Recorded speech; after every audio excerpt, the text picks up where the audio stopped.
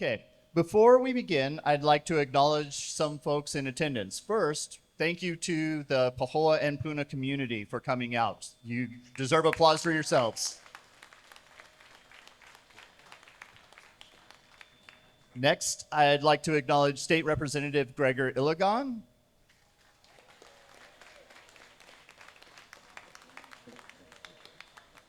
And Complex Area Superintendent Stacy Bello for the Ka'u Keao Pahoa Complex area. As mentioned, we do have restrooms both in here inside, but also around the corner of U Building, which is the building directly adjacent to us. And so now let me get to our introduction. So Congresswoman Jill Tokuda is honored to represent Hawaii's 2nd Congressional District for a second term. Her district includes suburban and rural parts of Oahu, the islands of Hawaii, Kauai, Maui, Lanai, Molokai, Niihau, Koholave, and the northwestern Hawaiian Islands. Before she was elected to Congress from 2006 to 2018, she represented Kaneohe and Kailua in the Hawaii State Senate. She also has extensive experience in the private and nonprofit sectors, including her work with Cyber Hawaii and the Nisei Veterans Memorial Center. The Congresswoman is a proud product of Hawaii's public schools, graduating from Castle High School in Kaneohe.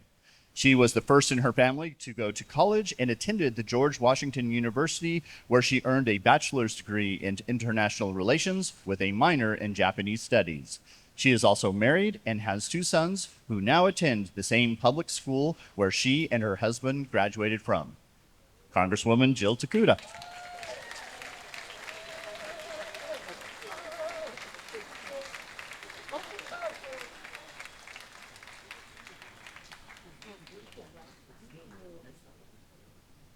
It's like graduation. Can I put this in here? Is that okay?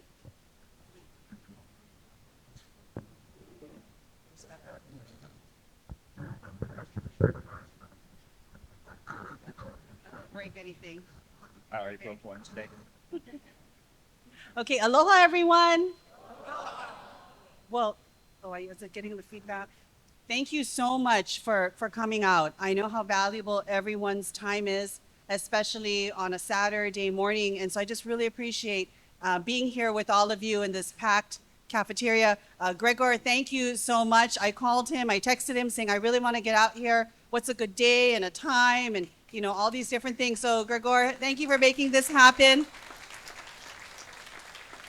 You have amazing representation, whether they're here or some of them could not be here today, but I will tell you that it is a pleasure to be able to work very closely with our state legislators, our county council members, your mayor as well. We're going to all have to do this together. And so really just appreciate this opportunity to come and really have this be a talk story. As you know, for politicians, if you give us a mic, we can talk forever.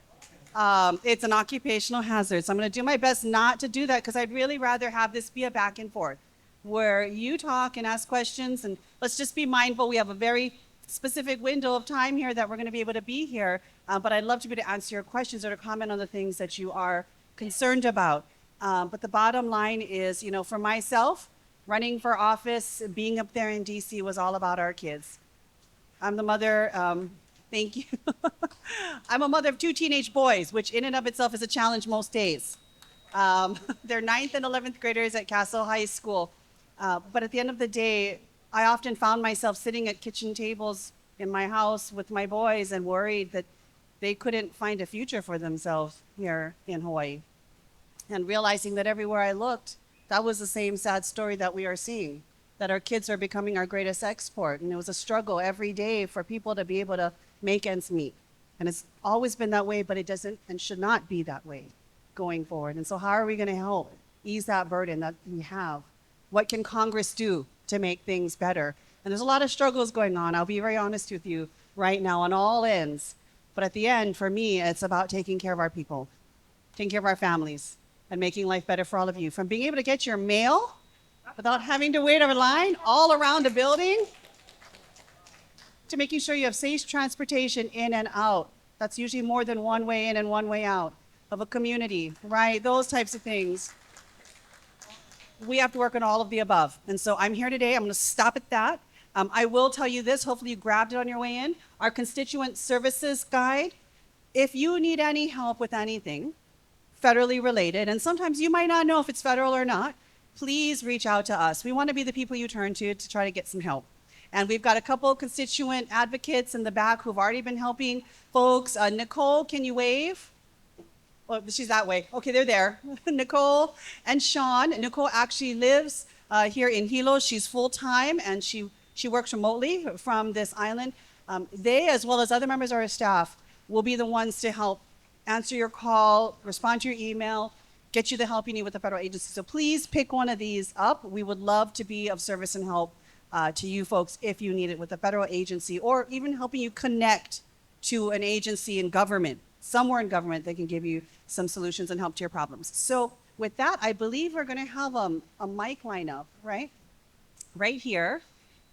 If you have any questions, if you can go there. If you have a difficult time getting there, please flag down one of my team members and they will bring the mic to you. And if you're not, if you're a little shy, although I'm looking at this, you all aren't shy, clearly, then you can write it on the card and leave it for us and we'll get back to you.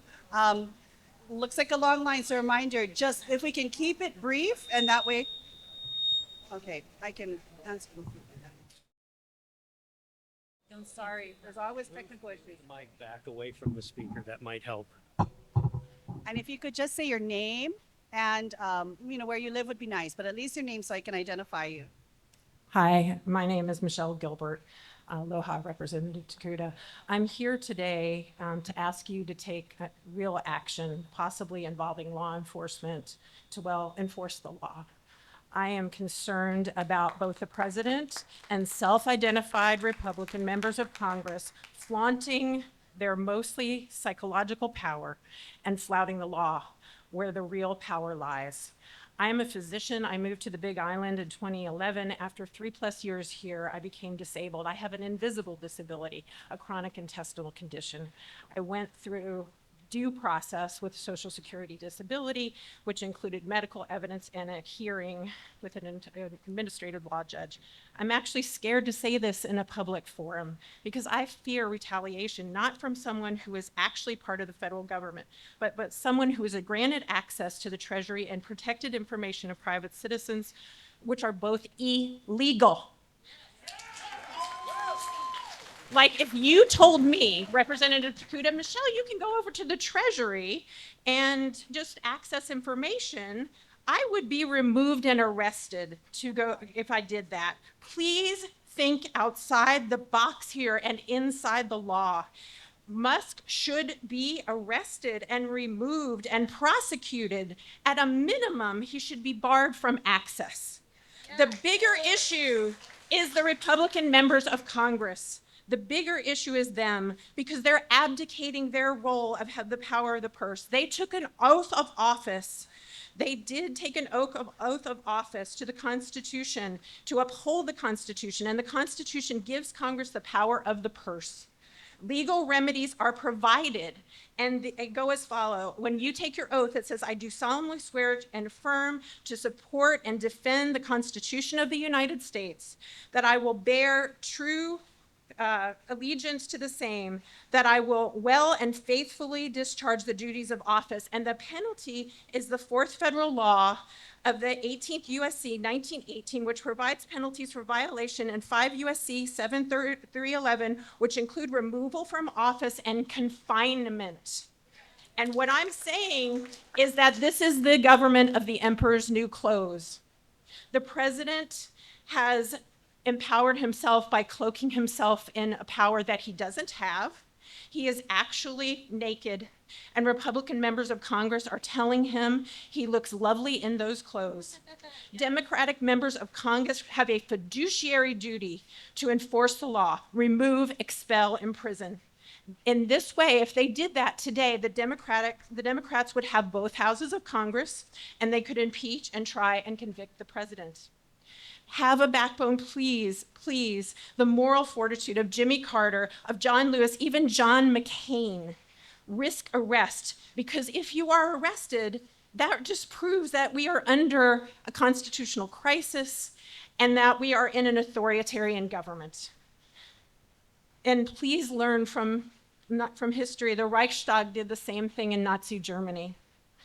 We cannot wait for the courts to move slowly. We cannot wait for I've heard right away, well, we have to just do the 2026 midterms. That is past. We, 75 million people who voted for Kamala Harris, who voted for you, who voted for the Democratic members of the Congress, want action. And, we really, really, the time has come and gone, and if prosecution is necessary and expulsion of those members is necessary, please, please, please act.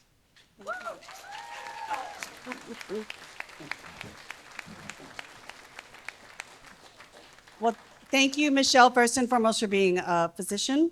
Rural health care and access to care is really important for me. I know I've had this conversation with some of you. Steve, I see you back there.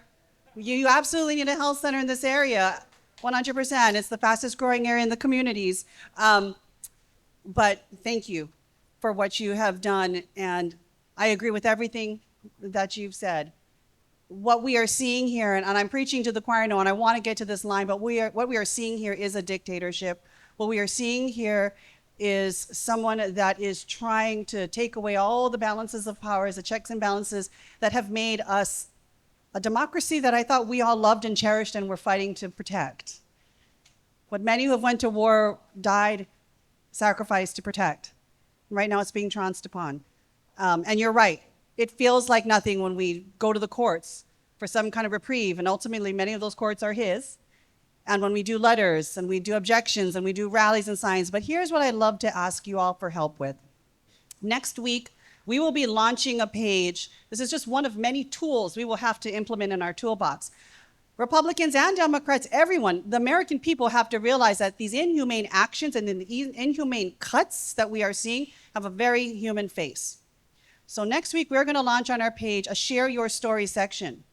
You all know whether you're scared now to get the health care that you absolutely 100% deserve, whether you're worried about whether that Social Security check is going to come, and by the way, who's looking at those Social Security checks? Because Michelle, I would also be arrested if I tried to get into the Treasury, or if I tried to get into Social Security, or any of the places that they have been. We've actually, as members of Congress, been barred from walking into federal buildings as of late.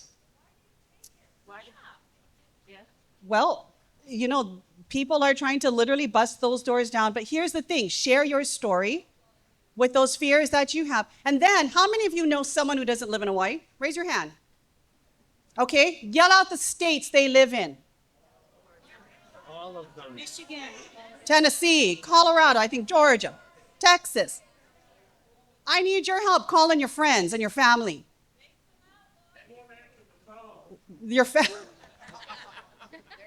Keep calling them, text them, write them, because I want to tell you something. They need to know that it's not just about Hawaii demanding that we do different. You're right. We need courage from those red states too. So call your family, call your friends, plead to them that this is not just about some line item. This is not just about a couple $1 trillion in cuts. This is Medicaid for 80 million people. This is 40 million people who depend on SNAP. It's tens of thousands of your neighbors right here on Hawaii Island that depend on that for food and for health care, who will literally die if we do nothing. At some point, it's got to hit that there's a very real face, all of yours and the people that you love, the people you live near, the people you teach, the people you care for in your clinics. That is who right now will be the victim of these inhumane cuts. Call them. Keep calling them. Right now, I met with the health center earlier today. We're going to get statistics exactly on those red states of how maternal morbidity is higher in rural red states. We're an industrialized country, and yet our women are dying at a faster rate than in poverty-stricken countries because they don't have access to basic OBGYN care. That is absolutely unacceptable. This is one small example, but we will share that with our friends in the red states. We will share that with the public. We will go very loudly there so that they start asking the very big question, why aren't you, my Republican members of Congress, doing something? And that's where we need those three brave souls to make the difference. So I can go on and on this, but again, I want to be able to continue answering those questions, but thank you for your advocacy. And thank you all who will be texting and calling and adding to the fight to get others from around this country to stand up and fight as well with us. So thank you. Good morning. Good morning. My name is Joan. I live in Callao. Thank you for being here today. We need you now more than ever. I echo the concerns about this constitutional crisis. It's real. And I know that all the points were already made by the previous speaker, so I won't go over those again. But I'm also very alarmed by what's going on with this authoritarian motion by Trump to align himself with Putin and to lie about Ukraine starting the war and say that Ukraine is a dictatorship and that only 4% of the people in his country support him. And then all of his cabinet appointees going over there and speaking for the United States of America to Europe. And the whole thing is falling apart. I'm very scared about the world right now. It's not just our country. So we need every representative that is elected to stand up and call him on his lies. Tell the world that Trump is a liar. And, you know, Ukraine did not start this war. I've been calling, actually, Republican senators, 10 of them every day. Thank you. And I've been calling, of course, our own Senate and Congress people every day for 2 weeks. And I still feel like I can't do enough. So what else can we do? Thank you. Thank you. Thank you, Joan. I appreciate that. You're absolutely right. You know, I was at a town hall in Wahiawa just a couple of days ago, and I had a mother tell me that one, she's worried her daughter in college on the mainland is not coming home, and I can really that resonates with me. But then she said her son is 17 years old, and she's terrified that with everything that's happening right now, the decisions that are being made, whether it's to completely abandon our soft power diplomacy and kill off USAID, which helps to keep peace in the world. It's not just food programs, it's not just education and healthcare, it is about peace, global peace. What we're hearing with Ukraine, she's afraid her son will go to war. And that is absolutely something for myself as a mother of 2 teenage boys. With anybody, with any child right now, should be absolutely terrified that we are abdicating our role to keep peace and diplomacy in this world, not just our country, but this world. The abandonment of USAID, removing ourselves from the World Health Organization, you are actually creating entree for our adversaries to come in and fill the void. Whether it's China, whether it's Russia, you are literally stepping back and allowing those that we have spent decades and generations to try to hold at bay so we could keep the peace, promote democratic values around this world. We are losing generations of ground. And quite frankly, in the very real sense, we are putting our babies at risk. For less than 1%, for example, of USAID, 1% of our budget, less than 1% of the entire federal budget, military is 14%. That's what we're paying for global peace through USAID. That's a lot cheaper than sending our kids off to war. So we are pushing back on that. And you're absolutely right. We're calling him a liar. We're calling out these disgusting statements that he's making. I will tell you that could be some of the soft ground because there are a number of Republicans who are very upset right now with the statements made about Ukraine and the kinds of negotiations, if you will, that are taking place absolutely without them and at the behest of a dictator named Putin. So yes, to all of those things. And thank you. It's not a little thing. Thank you for calling 10 senators a day. If all of us did that and we elevated it to make it very personal about how you know someone in their state that has suffered, then it becomes real. And if you call someone you know from any of these states and told them you call now, call that one person 10 times, then that will make a difference because they are tracking these calls and they are starting to get nervous. Hello there. My name is Karen Hester. I'm from along the Red Road in Lower Puna, and I'm an immigration activist. I've been doing that for about 6 years, working to get people out of detention who are asylum seekers and get them into our community because I think, as most people understand here, immigrants actually contribute more financially to our society than take benefits. So I'm really challenging people here because, as you know, the president has demonized immigrants. I'm challenging people here in this room to really speak up for the people who are being targeted first here, trans people, immigrants. And sadly, Hawaii is not a sanctuary state. Thanks to Gregor, our state senator, he has introduced some bills and that will change that. People need to know about that. So important to become a sanctuary state, to really protect people. So I guess my question really to you, so many issues and I have people bringing them up, but what can the House do at this point? What can you do to make sure that people that are living and working with us, living beside us in our community, I think there's something like 35,000 folks in Hawaii that are undocumented, for instance. What are we doing to protect those people? Thank you. Thank you. What was your name again? Sorry. Yeah, it's Karen Hester, Hester. Great. Thank you, Karen. Thank you for being an immigration activist. That most of us here can count the generations since we've been in Hawaii. I've been here 4.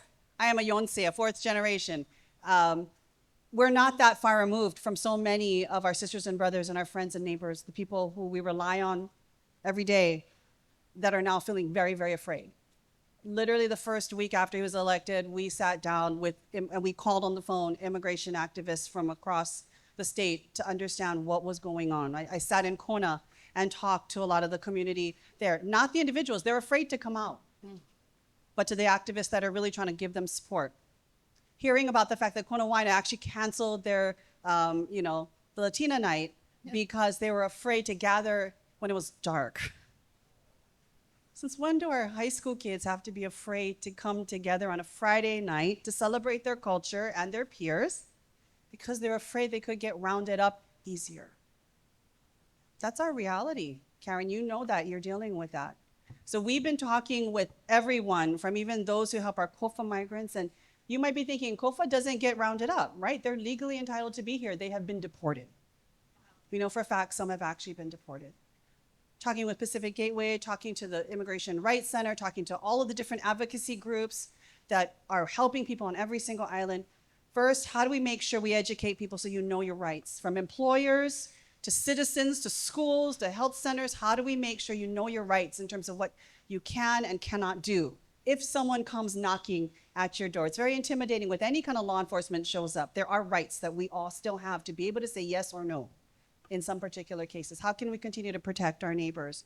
And so that's part of what we are really going to be doing, is trying to get those know your rights kinds of, whether it's, Zoom calls or virtual or in person. A lot of people don't want to do in person. I'm telling you that in this particular space. So how do we get that information out there so we are all armed with how to best protect those neighbors, those friends, those family that you're exactly talking about? We're also talking, I'll be doing a Zoom in a couple of weeks with all of our teachers. I've talked to our health centers and providers because we are tracking what has the real health and life impact been as a result of what is an absolutely terrifying moment for too many. We know some kids aren't coming to school, so we're trying to track that. We know some people aren't getting health care that they need. Literally this morning, just hearing about, someone who's pregnant and really needs specialist care, but they're afraid to fly off this island. Can you imagine being afraid to get on a plane because maybe your ID will somehow trigger something and all of a sudden you'll be scooped up? That is what we are dealing with right now. And so the more that we know what's going on, the more that we can get the information about what is safe, where are those safe spaces. The legislature, I know Gregor had to run off, but looking at the legislation to create these, sorry, now you moved on the other side. But they took up a bill, right, I believe, and I think it's still alive at this particular point, to create these sensitive areas. I call them safe spaces, so that you can't barge into a school, you can't barge into a hospital, a church. I've talked to pastors and our religious community as well about what they're seeing, people less likely to come to church, how they're reaching out to their parishioners to talk to them about how they can get the information they need to know their rights, to stay safe, and not to just self-segregate themselves. So there's a lot that we are focusing on this particular area. But a big mahalo to all of you who also recognize the importance that these are our friends and our neighbors, our loved ones. And right now it's going to be us taking care of them. So thank you. Thank you for having me. Hi. Oh, Maybe that's too loud. Hi, Jill. My name is Patty Egan. I live in Cal. And first thing I want to say is I applaud your courage staying in Congress and fighting for us because it's got to be, and pardon my French, I mean, I can't imagine working with that many demented, crazy, stupid people and still showing up to work every day. Thank you, and I'm serious. But I do have a question.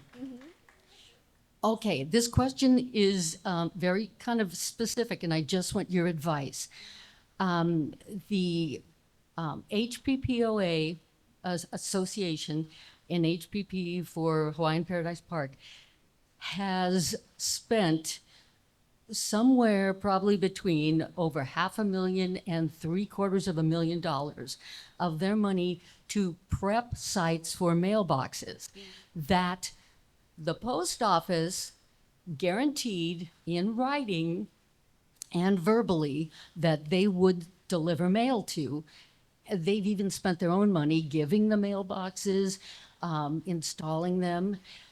It's the people now will not even return HPPOA's phone calls. I would like to know what your advice would be, who they can contact, like you, to get the fire going underneath the post office to get the delivery started. Thank you. Thank you, Patty, for encompassing everything that I'm not allowed to really say in public. Happy to oblige. But yeah, but we are aware in our office about this issue of those boxes. Okay. We have also been pushing through our constituent advocates to try to get some kind of solution. It is a little bit more complicated than just start the service. But that being said, postal issues are a big problem here. They are. And so we'll follow up with you after this specifically, because I don't want to misspeak in terms of where this particular thing is at. It has been on the radar since day one for me. We have been following up and corresponding with USPS on this. Good. If I might just highlight a bigger concern I have for next week, directly related to your post offices, though. The Yeah. president has said he intends to disband the board for the U.S. Postal Service and take it over again. Now, the one safe bastion from political craziness has been the United States Postal Office. We all might complain about how long it takes to get our packages and if things get lost and a whole bunch of other things, but it has been free from politicalization since 1970. What he is proposing to do is take that over, put it under the Department of Commerce, have it be at the will of the White House. This is not about the will of the White House. This is about the Postal Service for the people. And so I have a lot of big concerns. They're talking about things like privatization. They're talking about running it like a business. We have been pushing back. I have fought in the last 2 years to really push back on even DeJoy when they've tried to close postal services, when they've jacked up rates that ultimately impact the parcels that you send or you receive right here in Pahoa. I don't even know what to expect. DeJoy is now leaving. Thank God. Which, thank goodness on that. But what are we going to get next is the real scary question. I will put that out there, right? There's bad, and sometimes there's worse. And we have got to push back. Absolutely, this is unconstitutional. It is illegal.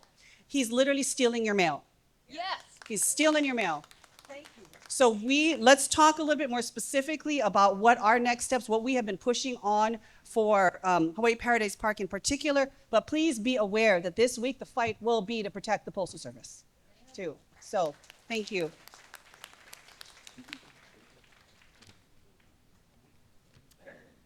Thank you, Madam Congresswoman, for meeting with us today. I really appreciate it. My name is Tina Marie, a small business owner who turned down clients and carpooled from Waikoloa Village to be here today. I'm a member of the Democratic Party and a co-chair of the Women's Caucus, so if anybody would like to join, come see me. I also volunteer and am part of other local efforts, but today I am speaking on behalf of myself and not any other organization I'm with. I want to preface this by saying that I do support the Democratic Party and voted for you and respect you, so please don't take my comments personally. I apologize if I do. I did see you speak at the DC rally where you called Elon Musk the president and the other one his sidekick. Thank you for that. You're on the right track with that messaging, and I encourage you to take it up several notches. In fact, if you're willing, please follow the lead of Daphne Crockett and AOC.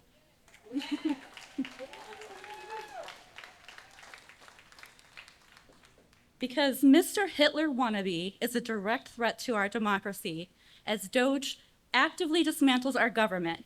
And I hope everyone is clear that the E does not stand for efficiency. It stands for elimination. The courts have issued injunctions and are now being blatantly ignored.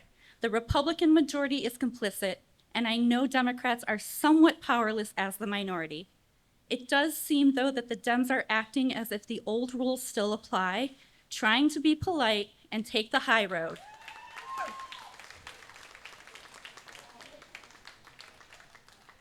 But let's be honest, the Republicans have tossed out that rule book a long-ass time ago.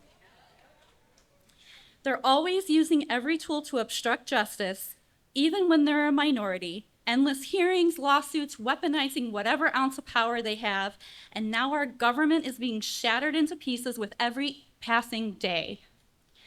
We are beyond frustrated watching this unfold. We're told to protest, sign petitions, call our reps. But what's the point? Republicans break the law over and over with zero consequences. I think now it's time for aggressive action.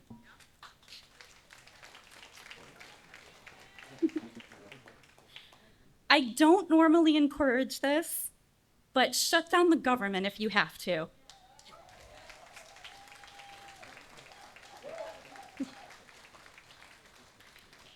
I think now it's justified to play as dirty as possible for the time being.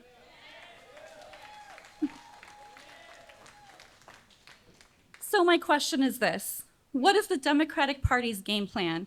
What concrete steps are being taken to combat this administration's actions that are pushing us into a constitutional crisis? If this continues, our judicial branch and Congress will be rendered utterly useless.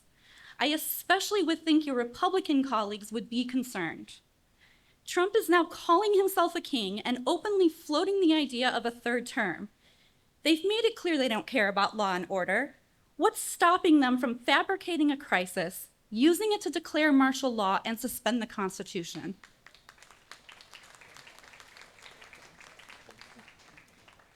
I hear Democrats talk about strategies for taking back Congress in the midterms. Will we even have a midterm? Will we even have future elections? So what is the plan to stop this? Because if I have to bend the knee to any monarchy, I'd rather much divorce from the Union and reinstate the Kingdom of Hawaii.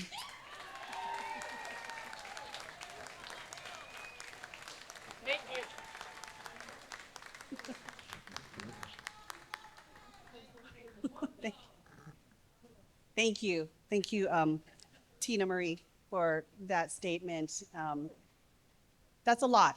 That's a lot right there. And you're right. Democrats have to have not just a strategy, but we actually have to act. And that's easier said than done because it's not going to, our actions will not please every single person the same way. I think part of the reason we lost in many cases is because we failed to connect with all of you. The messages, as joyful as they were, as important as they were, still did not connect to the everyday struggles, challenges, and things you desired from your government. Democrats have to reconnect with people, too. Sometimes we're so self-righteous, and so proud of ourselves and the morals that we have and the laws that we follow. You're right, and the rules that we follow. We forget at the end of the day, you just need help. You just want to go home and not worry you're going to get shot. Susie just wants to make sure her kids will be okay. And she's already had to take them out of a grip of a lava flow that literally bulldozed it down. That's all they want. And so what I struggle with too is, yes, I will be that. I will not do it though in some of the ways that my colleagues have, because the end of the day, I want my babies to look at me and be proud of how I carry myself. Too. Doesn't mean I'm going to be weak. Doesn't mean I'm not strong. But there are different approaches, Tina Marie. There are different ways we can do this, and we have to be. I'm not saying we have to follow the rules and be soft or weak, but we have to be proud of the way we carry ourselves and true to who we are too. That's what I'm doing right now. At the same time, like I said, my first mission in life is all of you and fighting for the basic things that may not hit the national Richter, like your postal service, like fighting against gun violence and ghost guns. Your neighbor probably got it because he shipped it in the mail. I've got laws right now that we are introducing in the next weeks to counter those types of measures because ghost guns are in all of your communities and they kill people. All of these different things, we are fighting and we're pushing back. So yes, there's a lot that we have to do. What's the exact game plan and strategy? Well, first of all, we better make sure that we earned your trust, your respect, and we're working hard for all of you, and then we're gonna be able to actually get shit done come 2026, and the goal is 2028. There will be an election because we will demand it as an American people. There will be. Now, I hate to do this because I'm watching my watch and I'm looking at this room here, but I heard there were some students in the room from Pahoa High School. Are you all still here or did you run away? Because I believe one of the teachers who teaches politics and government said a few of her students had some questions. So I'm going to continue this. Let's be mindful of quickly saying your question. But if you can approach one of my staff, if there are students who actually have questions, if you don't mind, I would love to hear from them and be able to answer that. I am very partial to kids. I apologize. But with that, and I will try to keep my remarks short. Thank you. I will. My name's Andy Rosanoff. Thank you so much for being here. And thank you, Representative Iligon, for helping set all of this up and making sure that we can all be here. And thanks to everybody for showing up. We are in dire times, as everybody has said, and so many of us are in agreement. What I just want to bring to your attention and to everybody is an article I read in our local newspaper about President Trump requesting $80 billion from the defense budget so he can have his own personal military. This is concerning to me as a time thing. I love your approach and what you're going through with tracking and getting everybody and all of us standing up. But if he, as I see it, is able to get and select an armed guard or military around himself, that he selects people who will torture, rape, take, stop, imprison, in other words, go against the Bill of Rights. And the Bill of Rights is what has kept this country, with all of its flaws, resilient for 250 years. And if we lose our Bill of Rights and all of us are calmed down because we're scared to just be put in prison for what we're thinking, then we're in big trouble. So this one is dire, and it has to go to the top of the list of the people that you find in Congress and in the entire government there in Washington, D.C. How can you hold this back? We cannot have a military SS type thing this early before we are allowed to make the changes our democracy needs. Thank you again for coming. Thank you. I mean, every day I wake up and I'm afraid to read the paper. I sit on the Armed Services Committee. I can tell you that if there was an $80 billion attempt to take $80 billion out for a personal army for Trump, granted, he is the commander in chief. He has the codes, right? He actually has oversight of all of these different things. But there would be a huge pushback even from Republicans. Already you're hearing from his Secretary of Defense that barely got confirmed that he's talking about 8% decreases in defense budget over the next 5 years. That's wonderful, by the way. If we can put that towards healthcare and education and things that actually matter. But right now, I can tell you, even the defense hawks that are Republicans are up in arms in what they're seeing, because all we are doing right now is putting ourselves in greater threat and jeopardy domestically and internationally. So we will definitely follow on that, but I can assure you there will be folks on the other side of the aisle have big problems with what you've just talked about. So thank you. Hi. Okay, aloha, Representative. My name is Carrie Yost. I'm a beekeeper and researcher hoping for grants in 3 weeks. Um, but along with that, my concerns are right now we have departments, bureaus that are all being gutted as a department that was never elected. All of the other bureaus and departments were created by elected officials from Congress, from our representatives. This one department has no representation that elected them. They are now making decisions on all of our elected bureaus and departments that are critical to especially us on the largest island in the United States. We need much of this representation. We need someone to say that department was not elected. It has no bearing in the United States. Its name is based on a Chinese emoji that means sarcasm or opposite. It needs to go, and we need representatives in our Congress that are willing. Right now, you say to write. For everybody to write those letters is complicated. Emails from almost all of our representatives in the Senate and the Congress are almost all bound by your location. You either have to falsely put in your information or you cannot get the emails for none of our representatives.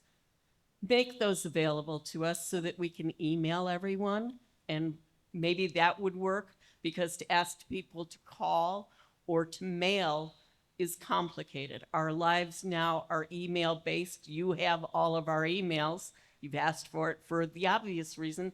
It's the way we communicate these days. Make that available to all of us. Every single Senate and representative should be contactable by every United States citizen. Thank you. Thank you, Carrie, and thank you for being a beekeeper, by the way. Yes, Hawaii Island, I was the Ag Chair in the State Senate, was a home to the last clean queens, I recall, when we had some varroa issues. Literally, thank you so much. North America depends literally on the queens that we produce right here on island. And you're absolutely right, Doge is not a department. Doge is a dictatorship, and it's destroying our democracy and every function of government that we hold dear right now. In fact, every day, if you look at my personal site, I am counting down the day to when Elon Musk, the self-appointed president, gets fired, because he is a special government employee. You heard those terms. Well, he only has 130 days within a calendar year in which he is allowed to do his damage, and there's a lot of damage he is doing in this 130-day period. I'm counting down every single day. We are day 97 until we tell him you're fired. But I'm talking about the harms that happen every day, collectively. I beg your pardon?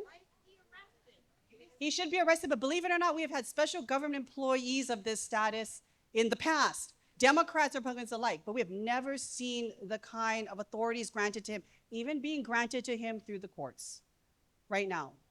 So he cannot be arrested, unfortunately. He should absolutely 100% be arrested. But I would love to speak to the point of what's happening to a lot of our bureaus, especially in agriculture. I serve in the Ag Committee. I'm the ranking member for the Conservation Research and Biotech Community, which looks at things like threats to bees, threats to our crops. We recently passed the Rapid Ohia Death Bill that actually had great bipartisan support. All of these different things. Right now, what we're seeing is easily a 17 to 20% reduction in our USDA staff here in Hawaii alone. Hawaii alone. Just from the probationary cullings that we're seeing, and from the false, illegal, deferred resignation threat. It's not an offer, it was a threat that was given to people. USDA workers who help make sure our producers, our farmers, our ranchers, those who keep ag alive, actually have the support, resources, technical assistance that they need. They do an amazing job, and we need more of them, not less of them. Tens of millions of dollars, and some right here on Hawaii Island, that have been frozen from getting money that they agreed to with the government to cost sharing things. They're holding on to receipts to be paid. And right now, that money has been frozen as well. We're going after that because it's absolutely unacceptable. The people who literally put food on our table are going to have problems putting food on their own right now. And so you're absolutely right. They're trying to take away the power of the purse of Congress that enacted these bills, that put this funding forward, and we need to absolutely grab it, claw it, take it back. It's unacceptable that we have them trying to take over what ultimately Congress did for the good of our constituents. So we can talk a lot about ag, but I don't want to take up any more time right there. We will make those emails available because it is difficult for too many people to be able to find out how you can make a difference, how you can call people. So thank you for that. Aloha. Is there any children from the school? Please raise your hand and be bold if you are here, because I've got about 10 minutes left. So we've got one. If you don't mind, for everyone, I know this in line, but Okay. if she's willing to come Well- over, or if you want to come after Auntie, ask her question, you totally can. She's okay. Well, then come see Auntie. Come see me afterward. We'll talk personally. Okay. Mahalo, Jill. Aloha. My name is Cora Schnackenberg. I am a dual citizen for the island of Molokai, and I'm also here. I live here at Volcano. You made a lot of in your brochure. You've talked about immigration. You spoke about veterans, and you spoke about Medicare. So I've got two folds, and if you could bear with me, please. One is about being a community provider and service to our community around the state for 30 years. And I also Hawaiian that I like to speak on the second half. If you guys could be patient with me, please. I am terrible in speaking publicly. My concern is the transportation on the island of Molokai. Why? Yeah. Because it affects the VA as well as the people here. Molokai has only Mokulele, and Mokulele picks and chooses when they want to service. Our people at the VA that receive services from Chippewa Hospital has to go. Also those that get special appointments, this one. And also the services of our VA, they should not be cut. The funds should never be cut. These are our people who have protect our country, and they are entitled to the benefits. Our VA, I do advocate for them. The other option, the other thing you indicate in here is immigration. I am for the immigration because they had followed as much as possible the rules of our laws, but I will support the immigrants or illegal activity. Just like how we are held accountable, they should be held accountable as well. Number 3 benefits that I want to share is our Medicare, our SNAP programs. These are important. Our president, when he came in for the first term, was all about hiring, employment, all of that. Now he's back in office and he's slicing and cutting. My question to you as our congressional leader is our president, is he maka'ala? Is there balance? There gotta be balance within our economy. Because if he's doing more of cutting and not enough of investment by our people through employment, then we'll be in major depression. And what happens with that is that we are already suffering with homeless. We cannot feed our people. And these are the ones that are going to triple 10 times or even 1,000 times. So these are my concerns. The other concern that I have, oh Lord, help me. And I wanted to exalt first and foremost my Lord and Savior Jesus Christ, because I want him to help me articulate all my concerns with love. Excuse me. And my second half is being a Hawaiian. I stand before all of you because I was told, stay under the radar. But you know what? Our Hawaiians been too much under the radar. So I'm going to speak for those that I love very much, and that's being a Hawaiian. Now this here is the Department of Interior. Us Hawaiians been following the process so we can get our benefits that we are entitled to. Now, money was allocated, $600 million, and asking for more money from our federal. My question is our congressional leaders awake at their posts or are they sleeping? Now, this here, all of this is not a surprise. I'm talking about before the pre crisis. What was our congressional leaders doing? So I want to say this. These are my questions. And I love you very much. And because we kind of like get little down and whatever, it's because you are our mouthpiece at the congressional level. How often, Jill, if any, have you met with our congressional leaders that represent the state of Hawaii in dealing with all our concerns? How often have you met with the Department of Interior to protect our Hawaiian rights? And my third is, how often have you met the state leaders, government, to understand the crisis within our state of Hawaii that you can make a difference? Not just you, but the leaders that represent the Hawaii name.